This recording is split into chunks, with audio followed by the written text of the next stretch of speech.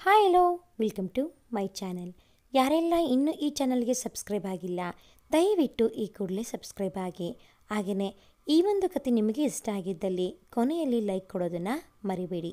ಬನ್ನಿ ಕತೆ ನೋಡೋಣ. ಪ್ರೀತಿನ ಪ್ರಳಿಯಾನ ಭಾಗ 1. ತನ್ನ ಅತ್ತೆ ಮಗಳ ಹೆಂಡತಿಯೆಂದು ಅವಳನ್ನು ಚಿಕ್ಕಂದಿನಿಂದ ಪ್ರಾಣಕ್ಕಿಂತ ಹೆಚ್ಚಾಗಿ ಪ್ರೀತಿಸುತ್ತಿದ್ದ ಮನು. ಆದರೆ ತನ್ನ ಅತ್ತೆ ಮಗಳು ಸ್ವಪ್ನ ಬೇರೆಯವರನ್ನು ಲವ್ ಮಾಡುತ್ತಿದ್ದಾಳೆ ಎಂದು ತಿಳಿದು ಇವನ ಪ್ರಾಣವೇ ಹಾರಿ ಹೋದಂತೆ ಆಗಿತ್ತು. ಆದರೂ ಅವಳ ಪ್ರೀತಿಯನ್ನು ಗೆಲ್ಲಿಸಬೇಕೆಂದು ಮನೆಯವರೆಲ್ಲರನ್ನೂ ಒಪ್ಪಿಸಿ ಮದುವೆಗೆ ತಯಾರಿ ಮಾಡುತ್ತಾನೆ. ಆದರೆ ಕೊನೆ ಕ್ಷಣದಲ್ಲಿ ಮನುನೇ ಸ್ವಪ್ನ ಕುತ್ತಿಗೆಗೆ ತಾಳಿ ಕಟ್ಟುತ್ತಾನೆ. ಯಾಕೆ ಮನು ಈ ರೀತಿ ಮಾಡಿದ್ದು? ಆ ರಹಸ್ಯ ತಿಳಿದು ಎಲ್ಲರೂ ಶಾಕ್. ಈ ಮದುವೆಯನ್ನು ಸ್ವಪ್ನ ಒಪ್ಪುತ್ತಾಳಾ? ಮುಂದೆ ಹೇಗಿರಲಿದೆ ಇವರ ಜೀವನ? ಬನ್ನಿ ನೋಡೋಣ. ಸ್ವಾತಿ ಮಳೆಯಲ್ಲಿ ನೆನೆದುಕೊಂಡು ಮನೆಗೆ ಬಂದದ್ದನ್ನು ನೋಡಿದ ಮನುನ ಮನ ಮುರುಗಿತು. ಹೋಗಿ ಹೆಂಡತಿಯ ಮೇಲೆ ಹಕ್ಕು ಚಲಾಯಿಸಿ ಹುಸಿಮನಸ್ಸು ತೋರಿ ಪ್ರೀತಿಯಿಂದ ಕಾಳಜಿ ಮಾಡುವ ಮನಸ್ಸು ಇದ್ದಿರೋ ಏನೋ ಅವ್ಯಕ್ತ ಭಾವ ಹಿಂಜರಿತ ಮನುನ ಮನಸ್ಸಿನಲ್ಲಿ. ಎಲ್ಲಿ ತನ್ನೆಯ ಕಾಳಜಿಗೂ ಅವಮಾನ ಮಾಡುತ್ತಾಳೋ ಏನೋ ಎಂಬ ಹಿಂಜರಿಕೆ. ಆದರೂ ತನ್ನ ಪತಿಧರ್ಮ ನಿಭಾಯಿಸುವ ಮನು ಸ್ವಪ್ನಾಗೆ ಟವಲ್ ಕೊಟ್ಟು ಅವಳಿಗಾಗಿ ತನ್ನ ಕೈಯಾರೆ ಕಾಫಿ ಮಾಡಲು ಕಿಚನ್ಗೆ ಹೋಗುತ್ತಾನೆ. ಇತ್ತ ರೂಮ್ಗೆ ಬಂದ ಸ್ವಪ್ನ ಒದ್ದೆ ಬಟ್ಟೆಯಲ್ಲಿ ಮಲಗಿಬಿಡುತ್ತಾಳೆ. ಅವಳಿಗೆ ಕಾಫಿ ಕೊಡಲು ಬಂದ ಮನು ಅವಳು ಮಲಗಿರುವುದನ್ನು ಕಂಡು ಎಬ್ಬಿಸಲು ಮುಂದೆ ಬರುತ್ತಾನೆ. ಅವನ ಸ್ಪರ್ಶದಿಂದ ಕೋಪಗೊಂಡ ಸ್ವಪ್ನ ಮೈ ಮೇಲೆ ಚೇಳು ಹರಿದಾಡಿದ ಹಾಗೆ ಬೆಚ್ಚಿ ಬೀಳುತ್ತಾ ಕೋಪದಲ್ಲಿ, ನಿಮಗೆ ಎಷ್ಟು ಸರಿ ಹೇಳಬೇಕು? ನನ್ನ ಪಾಡಿಗೆ ನನ್ನ ಬಿಟ್ಟು ಬಿಡಿ. ನಿಮ್ಮನ್ನು ಕಂಡರೆ ನನಗೆ ಮೈ ಉರಿಯುತ್ತೆ.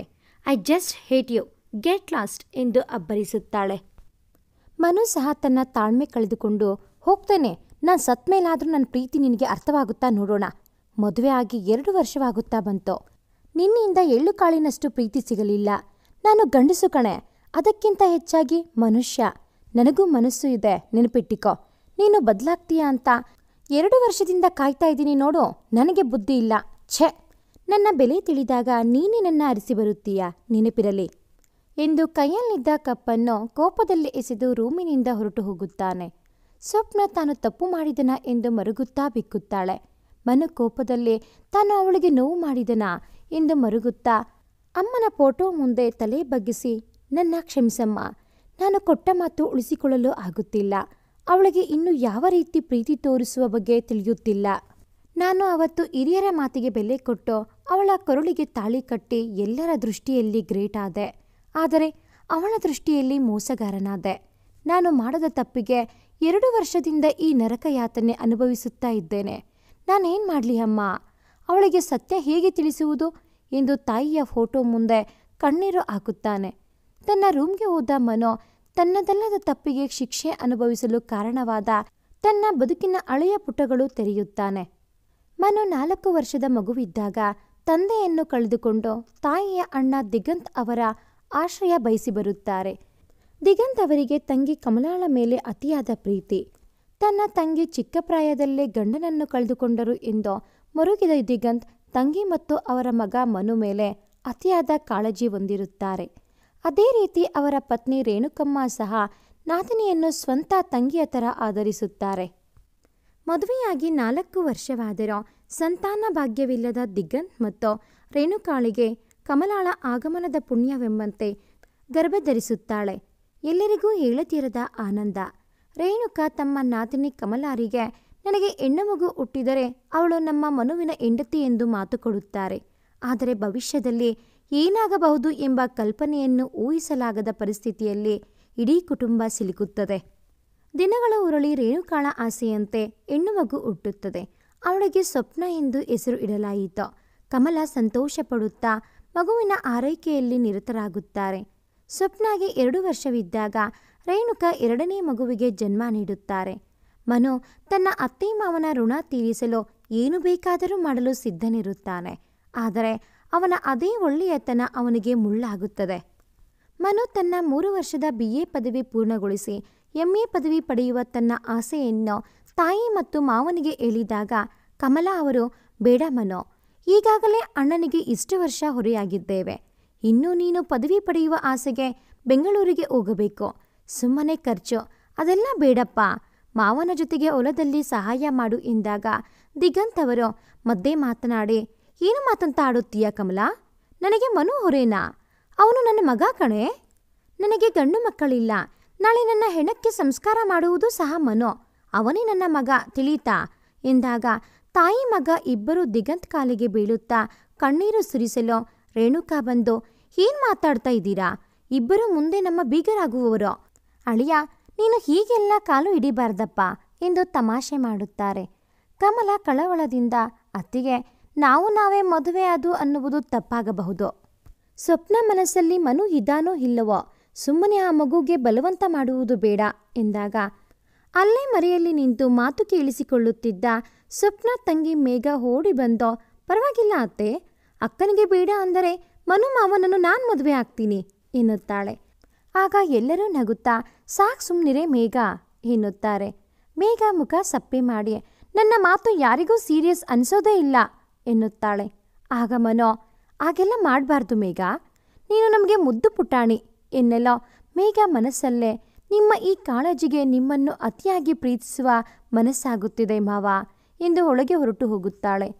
ಅವಳ ಕಣ್ಣಿನಿಂದ ಜಾರಿದ ಹನಿ ಯಾರಿಗೂ ಕಾಣುವುದಿಲ್ಲ. ರೂಮ್ಗೆ ಹೋಗಿ ಬೋರಲಾಗಿ ಮಲಗೆ ಅಳುತ್ತಿರುವ ಮೇಘ ರೇಡಿಯೋ ಆನ್ ಮಾಡಿದಳು. ಯಾವ ಹೂವೋ ಯಾರ ಮುಡಿಗೋ, ಯಾರ ಒಲವೋ ಯಾರ ಕಡೆಗೋ ಹಾಡು ಕೇಳಿ, ಮೇಘ, ಈ ಆಳಾದ ರೇಡಿಯೋದವರಿಗೋ ನನ್ನ ಮನಸ್ಸು ಅಳುವುದು ಗೊತ್ತಾಗುತ್ತದೆ, ಆದರೆ ನಮ್ಮ ಮನೆಯವರಿಗೆ ಗೊತ್ತಾಗುವುದಿಲ್ಲ ಎಂದು ಕಣ್ಣೀರು ಒರೆಸಿಕೊಳ್ಳುತ್ತಾ ತಾನೂ ಅದೇ ಹಾಡನ್ನು ಆಡುತ್ತಾ ಮಲಗುತ್ತಾಳೆ. ಬೆಂಗಳೂರಿನಲ್ಲಿ BBA ಮೊದಲನೇ ವರ್ಷ ಓದುತ್ತಿರುವ ಸ್ವಪ್ನ ಪರೀಕ್ಷೆಯ ಪೂರ್ವ ರಜೆಗೆ ಊರಿಗೆ ಬರುವುದರ ಬಗ್ಗೆ ಹೇಳಲು ಕಾಲ್ ಮಾಡಿದಾಗ ಮನು ಫೋನ್ ರಿಸೀವ್ ಮಾಡಿ ಮಾತನಾಡಿದ.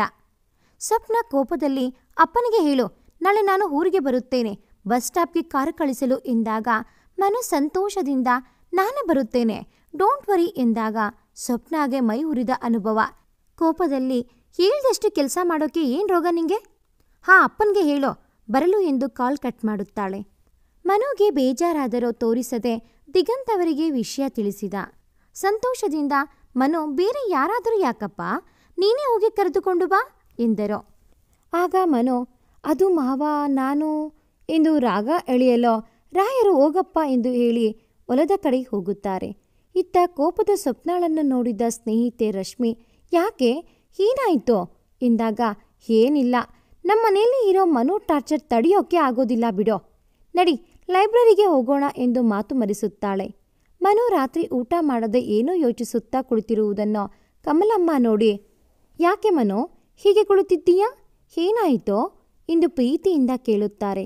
ಏನಿಲ್ಲಮ್ಮ, ಅದು ನನ್ನ ಮುಂದಿನ ವಿದ್ಯಾಭ್ಯಾಸವನ್ನು ಏನು ಮಾಡೋದು ಅಂತ ಯೋಚಿಸುತ್ತಾ ಇದ್ದೀನಿ ಎಂದಾಗ ಕಮಲಾ ಅವರು, ಮಗ, ಯಾಕೋ ನನಗೆ ನೀನು ಓದು ಬಿಟ್ಟು ಮಾವನ ಜೊತೆ ಹೊಲದಲ್ಲಿ ಕೆಲಸ ಮಾಡು ಕಂದ, ಇನ್ನು ಎಷ್ಟು ಅಂತ ಅಣ್ಣನಿಗೆ ಹೊರೆ ಆಗೋದು ಮಗ, ಯೋಚಿಸು ಎಂದಾಗ ಮನು ಸಹ, ಸರಿ ಅಮ್ಮ, ನೀನು ಹೇಳೋದು ಸರಿ ಇದೆ, ಓದು ಸಾಕು, ಹೇಗೋ ಪ್ರಪಂಚ ತಿಳಿಯುವ ಅಷ್ಟು ವಿದ್ಯೆ ಇದೆ, ಅಷ್ಟು ಸಾಕು, ನಮ್ಮ ಯೋಗ್ಯತೆ ಮೀರಿ ಆಸೆ ಪಡಬಾರದು ಎಂದು ಹೇಳಿದಾಗ ಕಮಲಾ ಅವರ ಮನವು ಮರಗುತ್ತದೆ.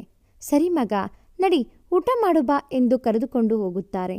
ಎಲ್ಲರೂ ಊಟ ಮಾಡುತ್ತಿರುವಾಗ ದಿಗಂತ್ ಒಂದು ಕವರ್ ಕೊಡುತ್ತಾರೆ. ಮನು ಆಶ್ಚರ್ಯದಿಂದ, ಏನು ಕವರ್ ಅದು ಎನ್ನುತ್ತಾನೆ. ನಿನಗೆ ಕಂದಾಯ ಇಲಾಖೆಯಲ್ಲಿ ಕೆಲಸ ಸಿಕ್ಕಿದೆ ಮನು ಎಂದಾಗ ಅವನ ಸಂತೋಷಕ್ಕೆ ಪಾರವೇ ಇಲ್ಲ. ಮಾವ, ನಿಜಾನಾ ಎನ್ನಲೋ ಕಮಲ ಏನೂ ಅರ್ಥವಾಗದೆ ಮುಖ ನೋಡಲೋ ಮನು, ಅಮ್ಮ, ಅದು ಸರ್ಕಾರಿ ಕೆಲಸಕ್ಕೆ ಅರ್ಜಿ ಹಾಕಿದ್ದೆ ಅಮ್ಮ, ಅದೇ ಈಗ ಸಿಕ್ಕಿದೆ ಎಂದಾಗ ಕಮಲಾ ಅವರ ಸಂತೋಷ ಏಳತೀರದೋ.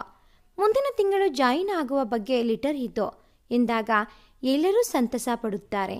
ದಿಗಂತ್ ಊಟ ಮುಗಿಸಿ ಹೊರಗೆ ಕುಳಿತಿರುವಾಗ ಮನು ಬಂದು ಅವರ ಜೊತೆ ಕುಳಿತುಕೊಂಡು ಮಾತನಾಡುತ್ತಾ, ಮಾವ, ಬೆಂಗಳೂರಿನಲ್ಲಿ ಕೆಲಸ, ಅದಕ್ಕೆ ಅಮ್ಮನನ್ನು ಕರೆದುಕೊಂಡು ಹೋಗುತ್ತೇನೆ ಎಂದಾಗ ದಿಗಂತ್, ಯಾಕಪ್ಪ, ಕಮಲಾ ನಮ್ಮ ಜೊತೆಗೇ ಇರಲಿ, ಮೊದಲು ನೀನು ಹೋಗಿ ಅಲ್ಲಿ ಹೊಂದಿಕೋ, ಕಮಲಾಗೆ ಅಲ್ಲಿ ವಾತಾವರಣ ಹೊಂದುವುದು ಕಷ್ಟ ಎಂದಾಗ ಅದು ಸರಿ ಮಾವ ಎಂದು ಹೇಳಿ ಮಲಗುತ್ತೇನೆ ಎಂದು ಎದ್ದು ಹೋಗುತ್ತಿರುವ ಮನುನ ರಾಯರು ತಡೆದೋ, ನಾಳೆ ಸ್ವಪ್ನನ ಕರೆದುಕೊಂಡು ಬರಲು ಹೋಗು, ಮರಿಬೇಡ ಎಂದಾಗ ಸರಿ ಮಾವ ಎಂದು ಹೇಳಿ ಹೋಗುತ್ತಾನೆ. ರಾತ್ರಿ ದಿಗಂತ್ ಮತ್ತು ರೇಣುಕಾ ಮಾತನಾಡುತ್ತಾ, ರೇಣುಕಾ, ರೀ, ಹೇಗೆ ಮನುಗೆ ಕೆಲಸ ಸಿಕ್ಕಿದೆ, ಇನ್ನೊಂದು ತಿಂಗಳಲ್ಲಿ ಅವನು ಬೆಂಗಳೂರಿಗೆ ಹೋಗುತ್ತಾನೆ, ನಮ್ಮ ಸ್ವಪ್ನನೂ ಹೇಗೂ ಬೆಂಗಳೂರಲ್ಲಿ ಇದ್ದಾಳೆ, ಒಬ್ಬಳೇ ಯಾಕಿರಬೇಕು, ಅವರಿಬ್ಬರಿಗೂ ಮದುವೆ ಮಾಡಿಬಿಡೋಣ. ಇಬ್ಬರೂ ಒಟ್ಟಿಗೆ ಇದ್ದರೆ ನಮಗೂ ನೆಮ್ಮದಿ, ಏನಂತೀರಿ ಎಂದಾಗ ರಾಯರು, ನೀನು ಹೇಳೋದು ಸರಿ ಕಣೆ, ನಾಳೆ ಹೇಗೂ ಪುಟ್ಟಿ ಬರುತ್ತಿದ್ದಾಳೆ, ಎಲ್ಲರೂ ಸೇರಿ ಮದುವೆ ನಿರ್ಧಾರ ಮಾಡಿಬಿಡೋಣ ಎಂದಾಗ ಹಂಗೇ ಮಾಡೋಣ ಎಂದು ಸಂತಸದಿಂದ ಮಲಗಿಕೊಳ್ಳುತ್ತಾರೆ. ಬೆಳಗ್ಗೆ ಎದ್ದ ಮನು ತುಂಬ ಸಂತೋಷದಿಂದ ರೆಡಿಯಾಗುತ್ತಿರುವುದನ್ನು ಕಂಡ ಕಮಲ ಮಗನನ್ನು ರೇಗಿಸುತ್ತಾ, ಏನು ಸಾಹೇಬರು, ಮಾವನ ಮಗಳನ್ನು ಕರೆದುಕೊಂಡು ಬರಲು ಇಷ್ಟೊಂದು ತಯಾರಾಗುತ್ತಾ ಇದ್ದೀರಿ, ಏನು ಸಮಾಚಾರ ಎನ್ನಲೋ ಮನು ನಾಚುತ್ತಾ, ಹೋಗಮ್ಮ ಆ ಥರ ಏನಿಲ್ಲ ಎಂದಾಗ ಕಮಲ, ಸಾಕು ಸುಮ್ಮನಿರೋ, ಒಳ್ಳೆ ಹುಡುಗಿ ಥರ ನಾಚುತ್ತೀಯಾ ಎಂದು ಮಗನನ್ನು ಮುದ್ದು ಮಾಡುತ್ತಾ, ಮನು ಹೇಗೂ ನಿನಗೊಂದು ಕೆಲಸ ಸಿಕ್ತೋ, ಇವತ್ತು ಸ್ವಪ್ನ ಬರುತ್ತಾಳೆ, ಅಣ್ಣನ ಹತ್ತಿರ ನಿಮ್ಮ ಮದುವೆಯ ವಿಚಾರ ಮಾತಾಡ್ಲಾ ಎಂದಾಗ ಮನು, ಸರಿ ಅಮ್ಮ ಮಾತನಾಡು ಎನ್ನುವಷ್ಟರಲ್ಲಿ ದಿಗಂತ್ ರೇಣುಕಮ್ಮ ಸಹ ಅದೇ ವಿಚಾರ ಮಾತನಾಡಲು ನಾವು ಬರುತ್ತಿದ್ದೇವೆ ಎಂದು ಸಂತಸದಿಂದ ಹೇಳಲು ಕಮಲ, ಹಾಗಾದರೆ ಅಣ್ಣ ನನ್ನ ಮನಸ್ಸಿನಲ್ಲಿ ಇರೋದೇ ನಿಮ್ಮ ಮನಸ್ಸಲ್ಲೂ ಇದೆ ಅಲ್ವಾ ಎಂದಾಗ ರಾಯರು, ಹೌದು ಕಮಲೋ, ಆದಷ್ಟು ಬೇಗ ಈ ಮದುವೆ ಮುಗಿಸಿಬಿಡೋಣ, ಏನಂತೀ ಎಂದಾಗ ಎಲ್ಲರೂ ಸಮ್ಮತಿಸುತ್ತಾರೆ. ಆಗ ಮನು, ಮಾವ ಯಾಕಿಷ್ಟು ಅವಸರ, ಸ್ವಪ್ನಾಗೂ ಒಂದು ಮಾತು ಕೇಳಿದರೆ ಚೆನ್ನಾಗಿತ್ತು ಎಂದು ರಾಗ ಎಳೆಯುತ್ತಾನೆ. ಆಗ ರಾಯರು, ಸರಿ ಅವಳು ಬರಲಿ ಕೇಳೋಣ ಎಂದು ಹೇಳಿ, ಸರಿ ನೀನು ಹೋಗಿ ಅವಳನ್ನು ಕರೆದುಕೊಂಡು ಬಾ ಹೋಗು ಅಂತ ಹೇಳಿದರು. ಮನು ಸರಿ ಎಂದು ಹೇಳಿ ಹೊರಡುತ್ತಾನೆ. ಬಸ್ ಸ್ಟಾಪ್ನಲ್ಲಿ ಸ್ವಪ್ನನ ಕಂಡು ಮನುನ ಮನಸ್ಸು ಸಂತಸಗೊಳ್ಳುತ್ತಾ ಅವಳ ಹತ್ತಿರ ಹೋಗಲು ಸ್ವಪ್ನ ಮನದಲ್ಲೇ, ಇವನ್ಯಾಕಪ್ಪ ಬಂದ ಎಂದು ಅಲ್ಲು ಕಡಿಯುತ್ತಾ ಕೋಪದಿಂದ, ನೀವ್ಯಾಕೆ ಬಂದ್ರಿ, ಯಾಕೆ ಮನೇಲಿ ನೀವು ಬಿಟ್ಟು ಬೇರೆ ಯಾವ ಕೆಲಸದವರು ಇಲ್ವಾ ಎಂದು ನೇರವಾಗಿ ಆಡಿದ ಮಾತು ಮನುನ ಮನಕ್ಕೆ ಚುಚ್ಚುತ್ತದೆ. ಆದರೂ ಸುಮ್ಮನಿದ್ದು, ಅದು ಮಾವ ಕಳಿಸಿದರು, ಸರಿ ಬನ್ನಿ ಹೋಗೋಣ ಎಂದು ಹೊರಡಲು ಸ್ವಪ್ನ ಒಲ್ಲದ ಮನಸ್ಸಿನಿಂದ ಅವನ ಜೊತೆ ಹೋಗುತ್ತಾಳೆ. ದಾರಿಯುದ್ದಕ್ಕೂ ಒಂದು ಮಾತು ಸಹ ಆಡದ ಸ್ವಪ್ನಾಳನ್ನು ಕಂಡ ಮನು, ಇವಳ ಜೊತೆಗೆ ಮದುವೆಯ ನಿರ್ಧಾರ ಸರಿನಾ ಎಂದು ಯೋಚಿಸುತ್ತಾನೆ. ಆಗ ಅವನ ಮನಸ್ಸು, ಹಾಗೆಲ್ಲ ಯೋಚಿಸಬಾರದು, ಎಷ್ಟೇ ಆದರೂ ಅವಳು ನನ್ನ ಮೊದಲ ಪ್ರೀತಿ ಎಂದು ಮನಸ್ಸಲ್ಲಿ ಸಂತಸ ಪಡುತ್ತಾನೆ. ಮನೆಗೆ ಬಂದ ಮಗಳನ್ನು ಪ್ರೀತಿಯಿಂದ ತಾಯಿ, ಹೇಗಿದ್ದೀಯ ಮಗಳೇ ಎಂದಾಗ, ನಾನು ಚೆನ್ನಾಗಿದ್ದೀನಿ ಮಮ್ಮಿ ಎನ್ನುತ್ತಾಳೆ. ಆಗ ರೇಣುಕಾ, ಏನೇ ಸ್ವಪ್ನ, ಮಮ್ಮಿ ಇದೇನು ಹೊಸದು, ಲಕ್ಷಣವಾಗಿ ಅಮ್ಮ ಅನ್ನಬಾರ್ದಾ ಎಂದು ಕೇಳುತ್ತಾಳೆ. ಸ್ವಪ್ನ, ಮಮ್ಮಿ ಎಷ್ಟು ದಿನ ಹೀಗೆ ಹಳ್ಳಿ ಗುಗ್ಗು ಥರ ಇರ್ತೀರಾ, ಸ್ವಲ್ಪ ಅಪ್ಡೇಟ್ ಆಗಿ ಎಂದು ಅಣಕಿಸುತ್ತಾಳೆ. ರೇಣುಕಮ್ಮ ಏನೂ ಅರ್ಥವಾಗದೆ, ಏನೇ ಹಾಗೆಂದರೆ ಎಂದರು. ಮೇಘ ಓಡುತ್ತಾ ಬಂದು, ಅಮ್ಮ ಅಪ್ಡೇಟ್ ಅಂದರೆ ದಿನಾಂಕದ ಮೇಲೆ ಹೋಗು ಅಂತ ಅಲ್ವಾ ಅಕ್ಕ ಎಂದಳು.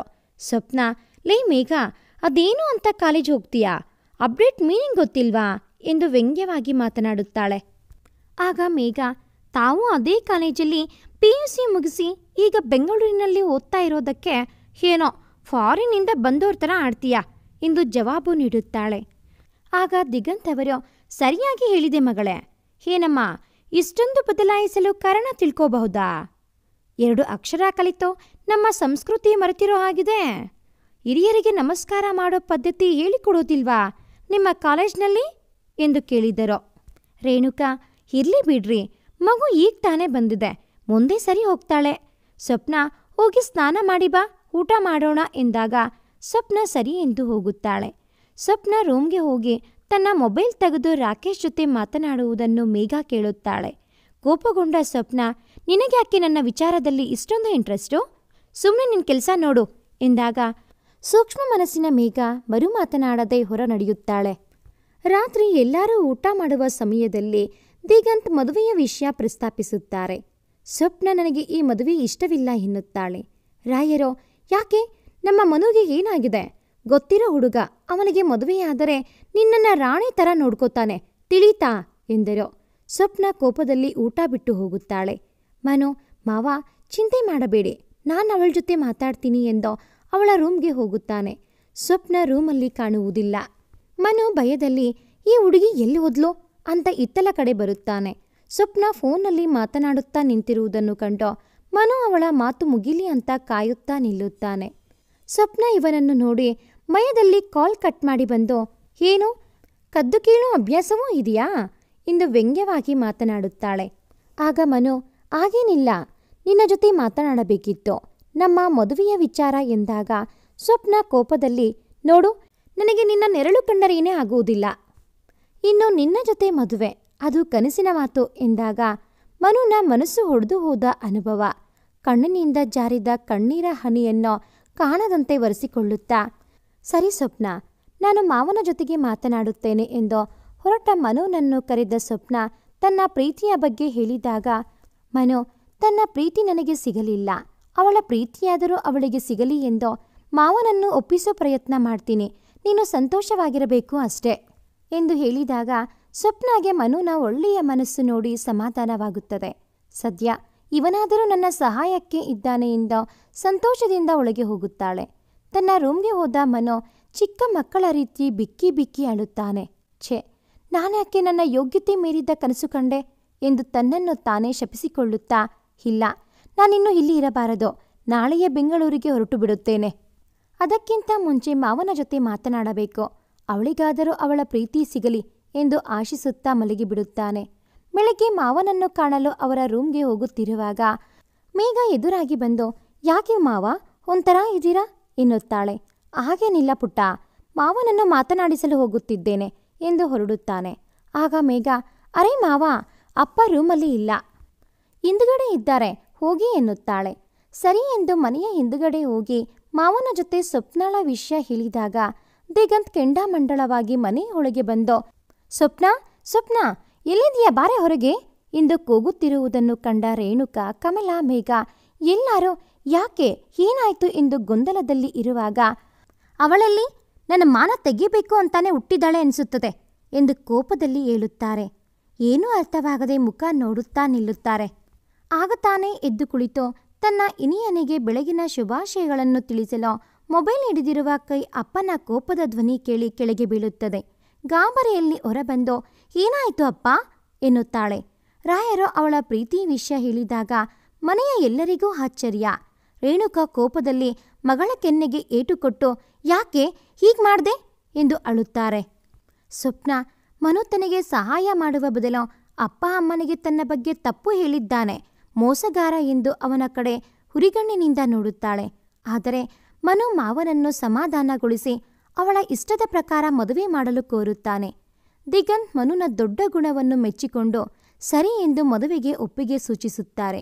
ಆದರೆ ಅವಳ ವಿದ್ಯಾಭ್ಯಾಸ ಮುಗಿದ ಮೇಲೆ ಮದುವೆ ಎಂದು ನಿರ್ಧಾರ ಮಾಡುತ್ತಾರೆ. ಸ್ವಪ್ನ ಸಂತೋಷಕ್ಕೆ ಪಾರವೇ ಇರದು. ಥ್ಯಾಂಕ್ಸ್ ಅಪ್ಪ ಎಂದು ಹೇಳಿ ಈ ವಿಷಯ ಮೊದಲು ರಾಕೇಶ್ಗೆ ತಿಳಿಸಬೇಕು ಎಂದು ಅವನಿಗೆ ಕಾಲ್ ಮಾಡಲು ಹೋಗುತ್ತಾಳೆ. ಹಲೋ ರಾಕೇಶ್, ನಾನು ಸ್ವಪ್ನ. ನಮ್ಮ ಮನೆಯಲ್ಲಿ ನಮ್ಮ ವಿಚಾರ ಗೊತ್ತಾಯಿತು. ನಮ್ಮ ಅಪ್ಪ ನಮ್ಮ ಮದುವೆಗೆ ಒಪ್ಪಿಗೆ ನೀಡಿದ್ದಾರೆ.